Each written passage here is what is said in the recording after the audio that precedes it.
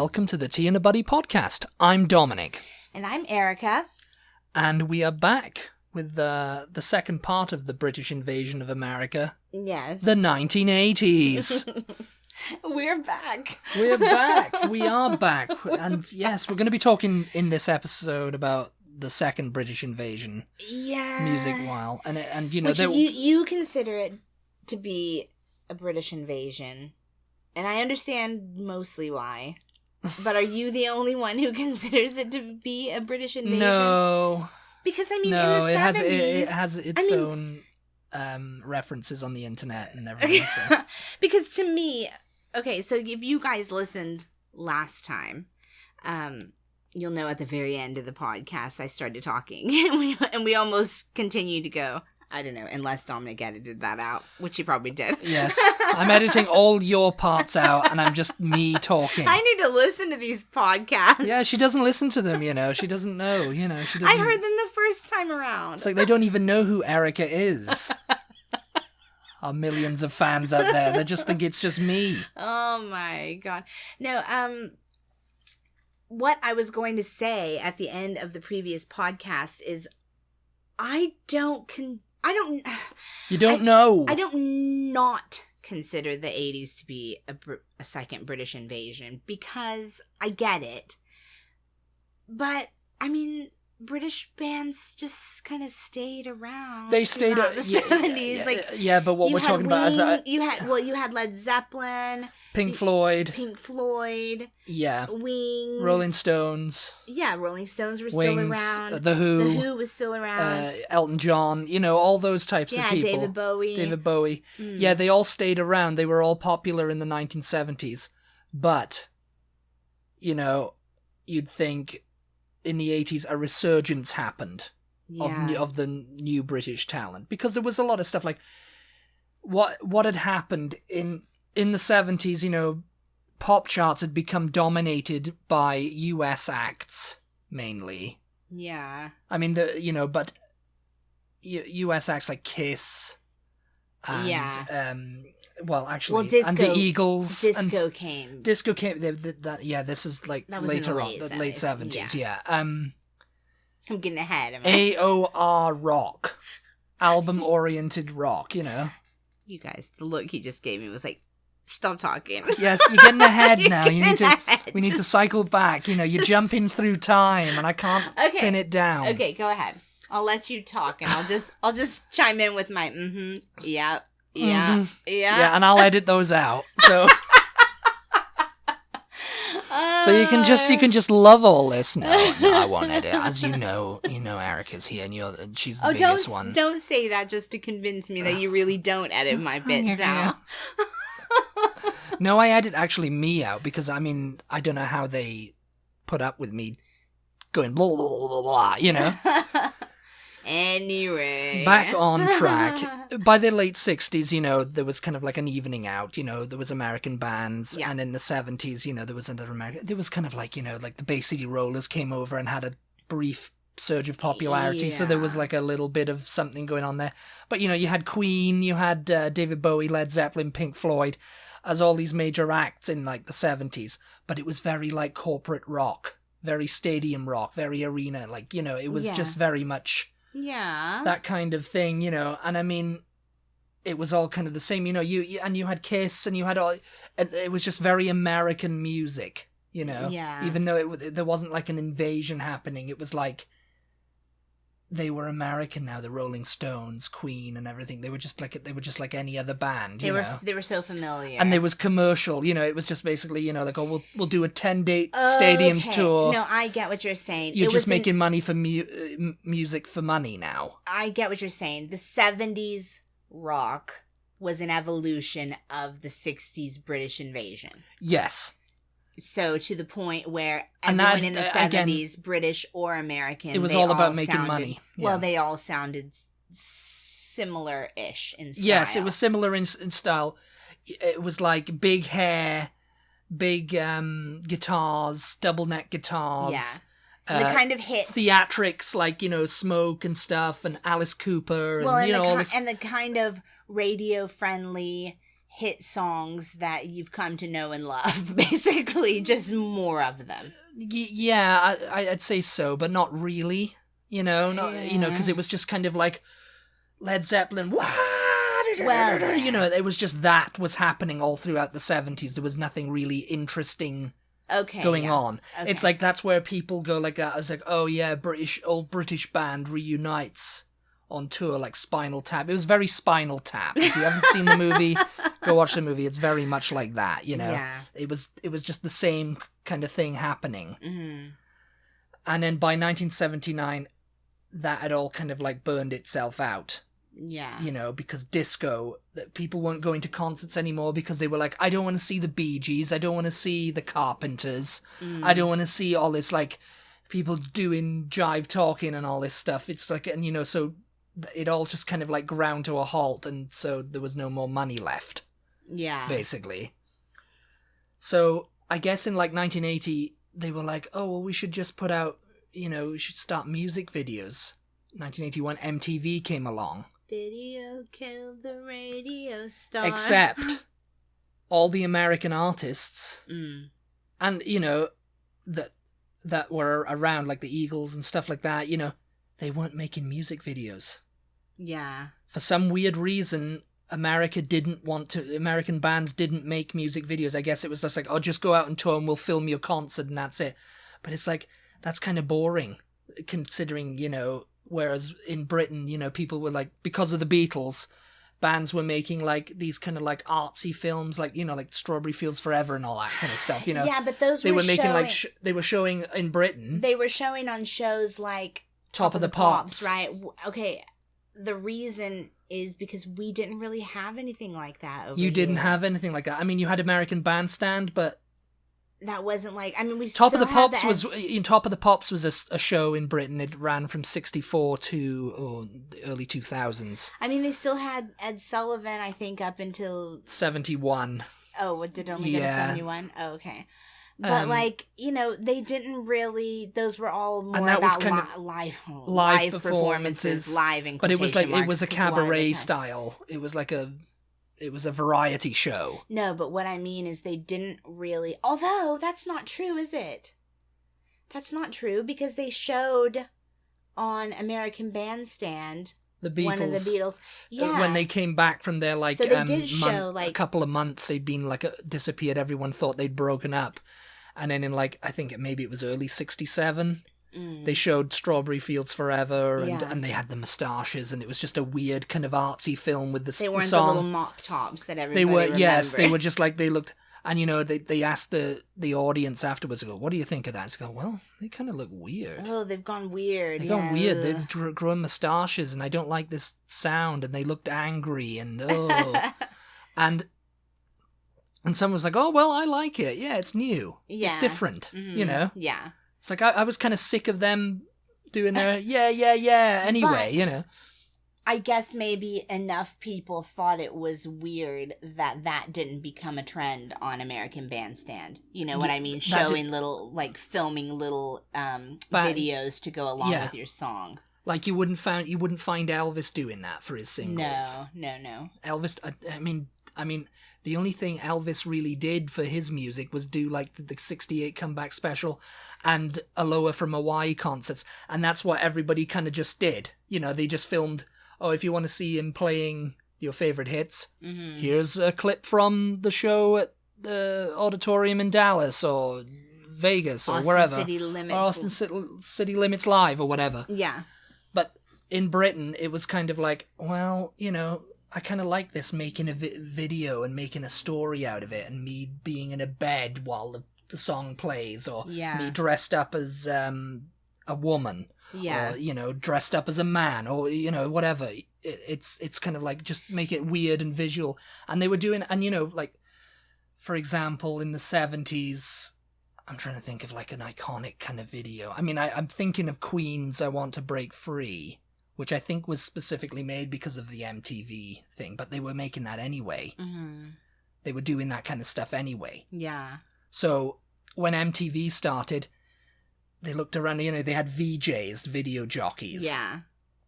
But it was just kind you of guys, any like young listeners that we have, MTV used to be so cool. I can remember when I was really it was little. you know, you might watch it now for like Jersey Shore and all that kind of reality stuff, but Teen it Mom. did not Teen Mom, it did not start off like that. It started No. off as a 24/7 music channel, especially over here. Music videos, just like music documentaries, music interviews with musicians. It was just like, it was so good.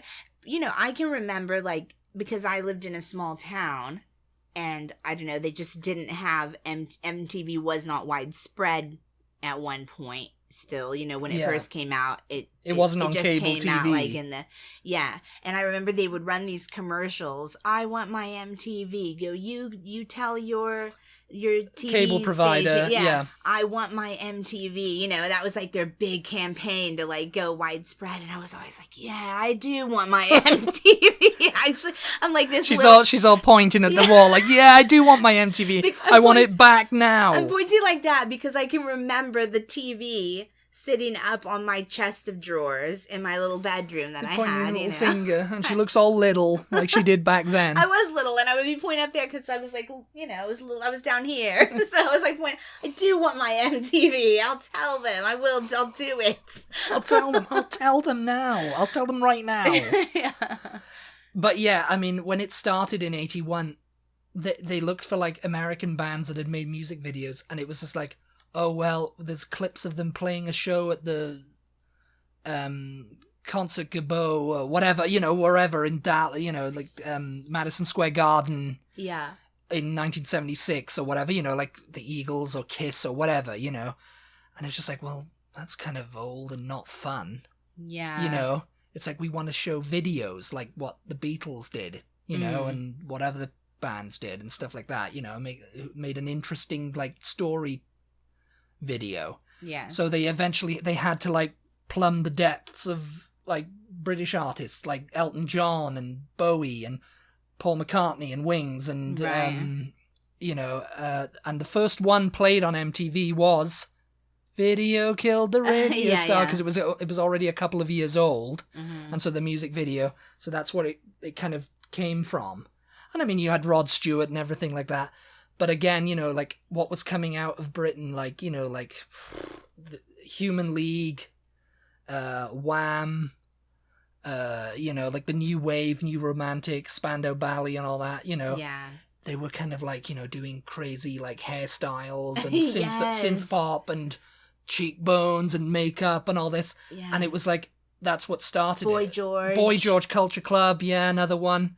So it was like American bands were kind of not doing that because they were still getting off the whole, we've been out rocking, you know, at the you know, we've been with Blue Oyster Cult all night, you know. The crazy hair. And we're still getting disco and Bee Gees and all that, and you know. And the makeup and all of that stuff, though. That was an evolution of Bowie, wasn't it? It was an evolution of glam rock. Yeah. T-Rex, all that kind of stuff, you know, where they'd come out with the platform shoes and the glittery faces and the wild hair. And, yeah.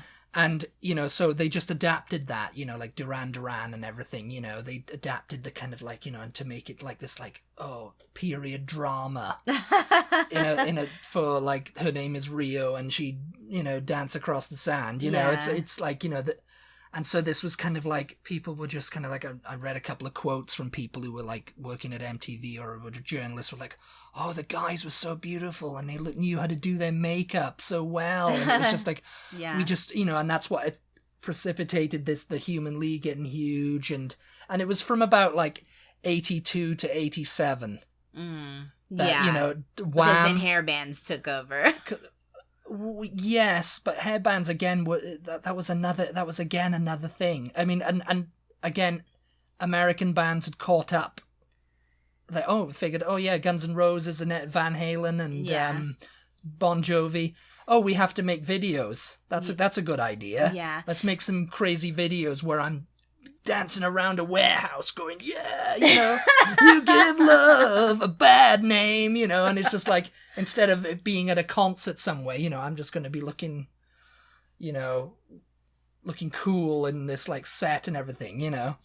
So, but to me, the British invasion bands of the 80s, I mean, you named some. Yeah, Human League, Duran Duran, Spandau Ballet. But I mean, and they were big. A Flock of Seagulls. They were not as big as the ones from the 60s. No, they weren't, because again, it's like it was like a second wave, and yeah, they were all. But they were dominating the charts, is what I mean. Well, okay, yeah. Because I was gonna say they were all sort of like 1-2 hit wonders, really, over here. Yes, yeah, I guess so. But I guess so. Yeah, there was a lot of them. Like most of the hits in that time period you listed, 82 to 87. A lot of one-hit wonders. Most of the hits were probably from those British bands. I think like 1984, 85 was like the biggest like thing, because again, a lot of established act. Phil Collins, he was kind of established with Genesis, but he was huge in the 80s. Yeah. And it was like, why? He was like a little balding guy, He was a little balding guy that freaking played drums, and and he didn't look particularly attractive, but he was doing. I can hear it coming in the music video, MTV. They played his song, and they You Can't Hurry Love, and Don't what was it? Think Twice. Yeah. He was massive. And it was kind of like, this guy had, he had a resurgence of popularity, I think. Paul McCartney, George Harrison, and, they all had, like, major hits in that decade because of MTV. And they were riding something that they'd already created before, Yeah. They were getting in on it, Yeah, I'm trying to think, what hits did Paul McCartney have in the 80s? But he did the one with Stevie Wonder. Michael Jackson. He did the Thriller video. With there you go. Michael Jackson was an American artist. Yeah. I mean, he kind of like saw what was going on, and I think he did the Thriller video. Okay, so which was another one, the freaking was a production. So I don't know if I'm getting ahead of you again. If you're gonna have to edit me out. No, I mean that's fine. I mean, I think that. I want to know if. Well, I mean, you already said the hair, the makeup, and stuff. The thing is, like Wham. Take Wham for instance. Yeah. They were pretty big over there. They had more than one hit. Oh yeah. I mean, George Michael. I mean, everybody. 10 points if you can name the other member of Wham. Erica doesn't know. I have no idea. She has no idea, and I've told her like several hundred times over the years. There was another guy in Wham, and his name was, and she was like, I don't know. All I know was George Michael. No idea. Because George Michael was absolutely gorgeous. He was gorgeous. I mean, everybody thought that. But there was another guy in Wham. Yeah. And what was his name? Well, I know his name because I know these things.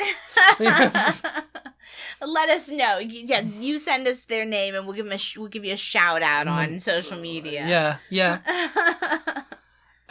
But yeah, George Michael. They did a video at what was it called? Like a Hammersmith Odeon or something, where they took it over, and they had these oversized shirts on. Choose Life and all that. Yeah. Designed by Catherine Hammett, and and that was like a fashion statement in the 80s because he wore that, Yeah. Flock of Seagulls had the hair that, like the comb down here, and it was like up like that.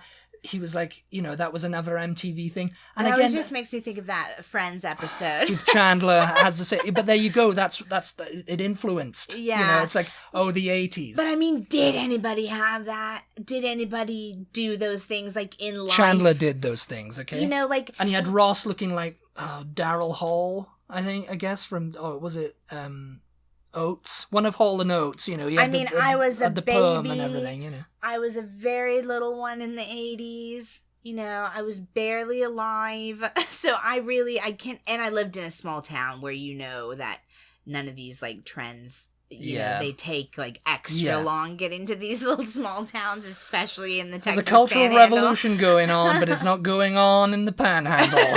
No, that's. I mean, it happened in Britain too, in remote places of Yorkshire in the 60s. It was like swinging London, but it's like it's not going on in Yorkshire. Right. So I can't really say if American life was influenced in the 1980s in the same way that American life was influenced in the 1960s. Yeah, I suppose so. But maybe it was. And I have to say that Hall & Oates, the Ross look of Hall & Oates. Hall & Oates were an American band, so yeah. But probably Miami Vice, Right, yeah. That was American shows. So yeah, there wasn't too much British TV that was like... Or movies. Or movies. Fashion, I'm just trying to think, like, I think for the most part, the fashion and stuff was very, like, kind of American. I think we... I suppose so, yeah. I mean, Britain at that point was, like, going into this new wave era, so there was still, like, overtones from the punk period. The punk period didn't really catch on over here, because it came on the heels... that depends on who you ask. Again, but it depends on who you ask who was into it at the time, you know? Yeah. It's like, I was into, like, that kind of stuff, but it wasn't like it was in the 60s, you know? Like, everybody was into it. Yeah, that's fair. But with the punk period, it's like, I always think of that scene in National Lampoon's European Vacation when they go to London and they're driving along the street and they've got, like, Town Called Malice playing, because it came out in, like, 84, didn't it? Or 86? Something like that. But everybody's dressed like really punkish from like the late 70s. I will say that my first time in Wales, I think it was my first time, maybe the second time. You saw a guy with a safety pin shoved through his nose, didn't you? With blue spiked mohawk, the chain coming down from his pocket, and he had the really like small small acid washed jeans. I can't remember like what the rest of his clothes were, but he looked very like stereotypical 80s punk to me, and I was just like, where am I and what decade is this? I mean, in some respects, Britain kind of never left that period. Like the punkish look of the 1980s, like the Johnny Rotten, late 70s, early Sex 80s, Pistols, the Clash kind of like look, you know, just everything, just like tiny leather jacket and like it was kind of like I think this guy had the leather jacket on and the I really like it was sunglasses. Like the rockers out, because there was the mod revival in the late 70s too, so there was like everybody was like wearing like skinny ties and saying like the Jam and everything, you know, they wanted to look like that, and again it was like another thing from the 60s, you know, but then the punk period was like the rockers, you know, the punks. Yeah. You know, and it's just like, that's like really old people, that's the last thing they can remember about popular culture is punk rock. You know what it's all about? Punk rock. It's like punk rock. Get out of here, you punk rocker. Get out of here, you bloody punk rocker. If you haven't seen Friday Night Dinner, you've got to go see it. It's funny. You gotta go see it? Oh, gotta go and see it somewhere. I guess it's on Netflix. I don't know. Find it, yeah. But yeah, so I do understand what you're saying. I don't agree that it was a full on invasion. I think it was like it was just a landing that was largely repelled. It was a British skirmish. So get those punk rockers back where they belong.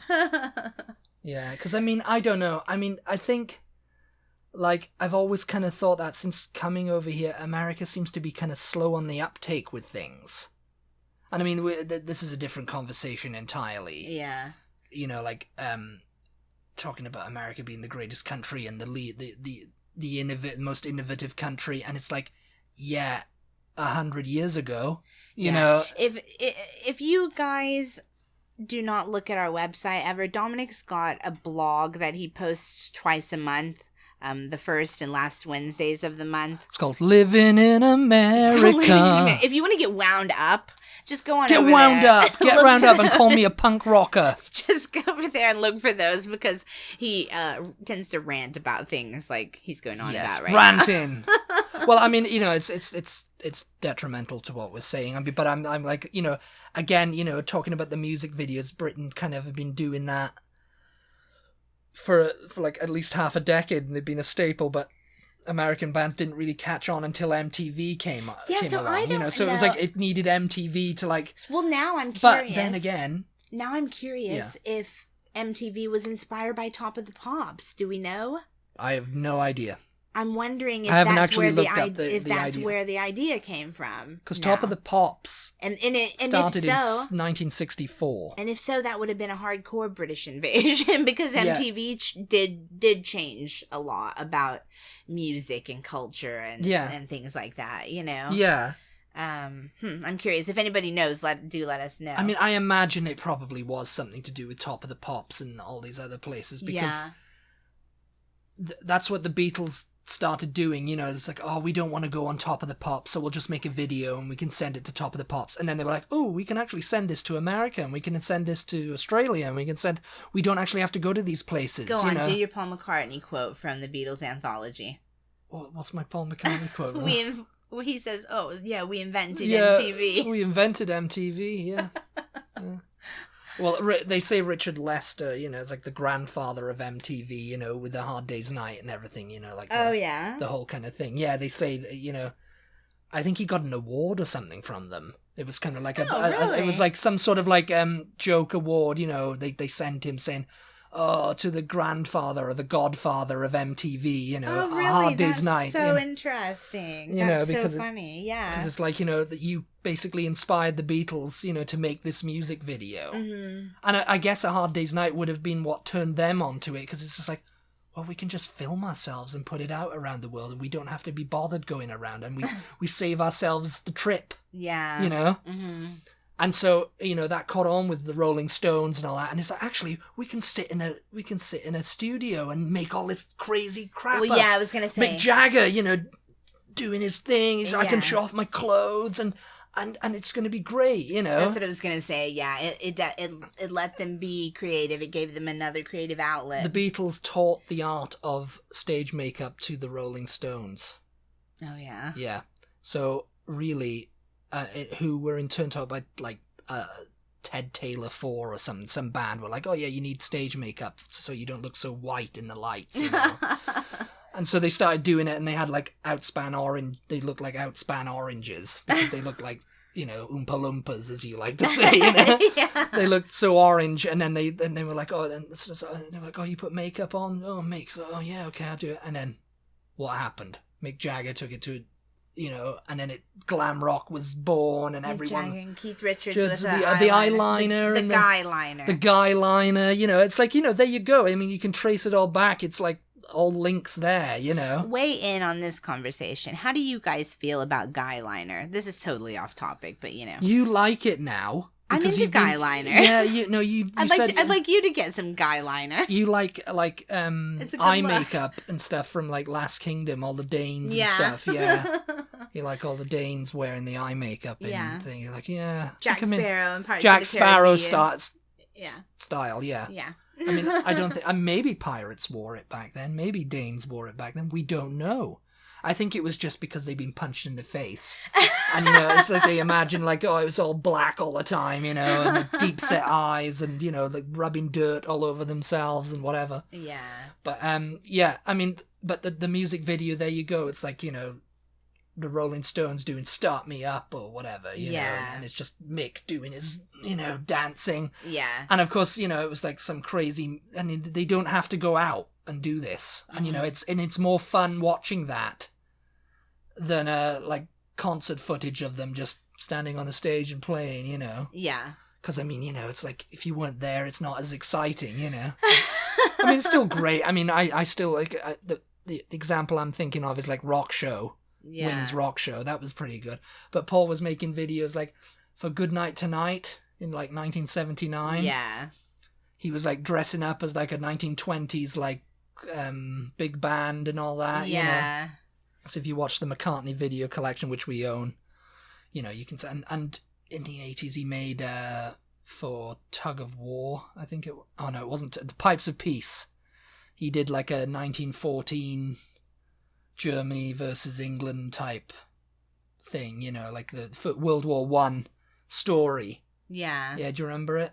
Yeah. And, you know, he's like, he plays the German soldier and he Yeah. plays, you know, and it's, you know, that's the kind of thing that MTV was was perfect for. So you know, the Brits upped their game in that respect. You know, it's like, oh yeah, they finally got somewhere we can show our music videos now, because you know, like Ed Sullivan and all that kind of stuff, they were kind of reluctant to show Penny Lane or Strawberry Fields or you know all that kind of stuff, because it was like, oh, they wanted them there. We want a live appearance, but this is a bit of a weird video you've sent us here, and our audience don't like this. You know?